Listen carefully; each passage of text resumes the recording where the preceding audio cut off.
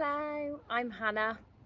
Today I wanted to show you a prize pumpkin that was grown right here in Westbury Wildlife Park by Di and the gardening team.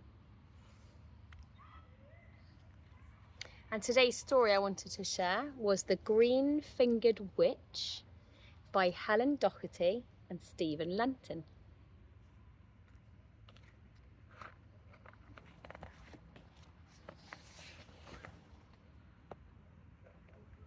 On the first night at witch school, at 7:45, the new class was ready. But one witch was late. She tried to squeeze onto the end of the line, and Mrs. Birch shook her head. This was not a good sign.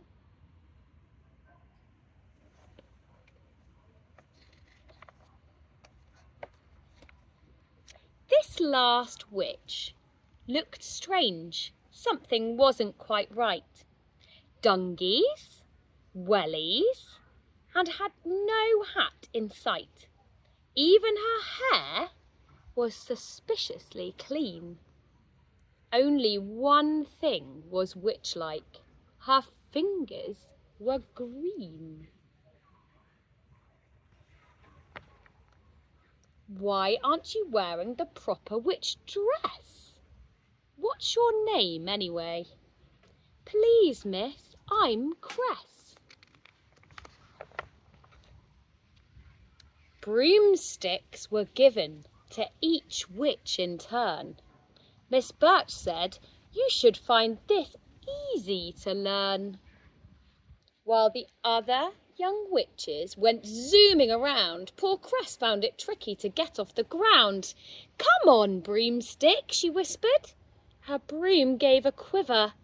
It leapt in the air and threw Cress in the river.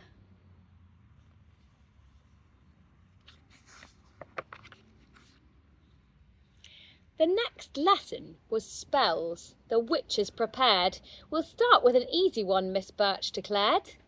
Take these ingredients, mix them up well, read out these words and you should have your spell. The others had finished before very long, but Cress knew her spell had gone horribly wrong.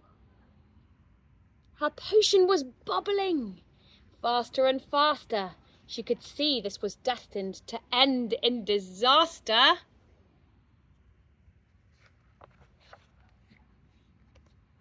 The results of her spell were quite hard to ignore. They covered the ceiling, the walls, and the floor. Which witch had made such a terrible mess? Miss Birch knew already. It had to be Cress. Cress was embarrassed. She felt such a fool. Maybe she didn't belong at this school. By the time Cress got home, she was starting to yawn.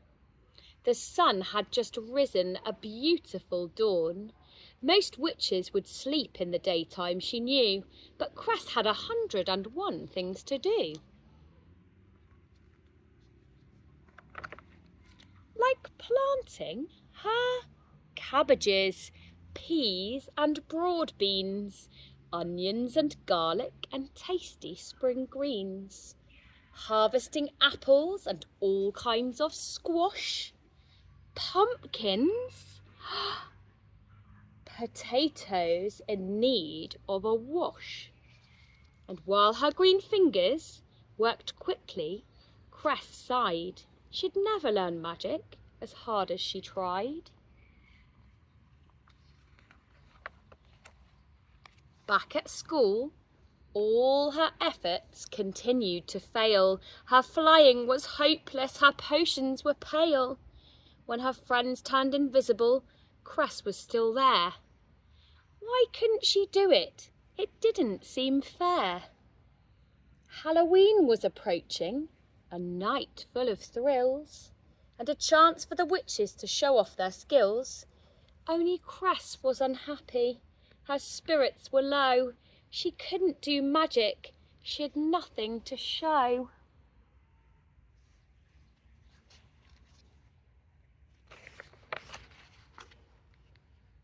Then late in October, Miss Birch lost her voice. Lessons were cancelled, she'd no other choice. Worse still, all the pumpkins that should have arrived had dropped off the lorry. Not one had survived. Miss Birch, can you magic some pumpkins instead? But no voice meant no spells, and Miss Birch shook her head. Halloween without pumpkins, it just couldn't be.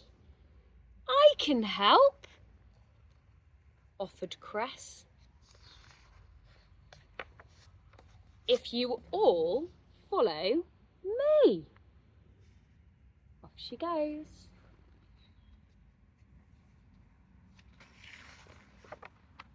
Her friends were amazed to see what she'd grown.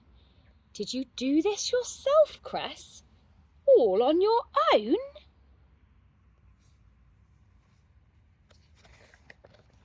They took one pumpkin each.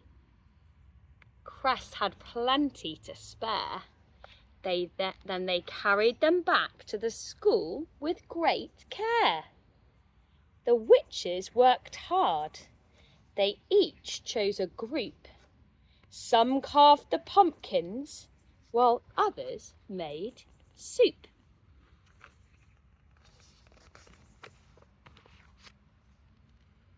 As Miss Birch sipped the soup, her lost voice returned.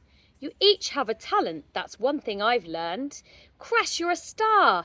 You have saved Halloween.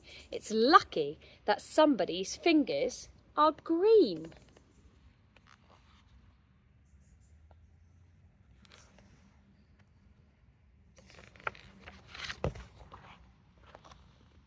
And now Cress is happy, for everyone knows that her magic lives in the things that she grows.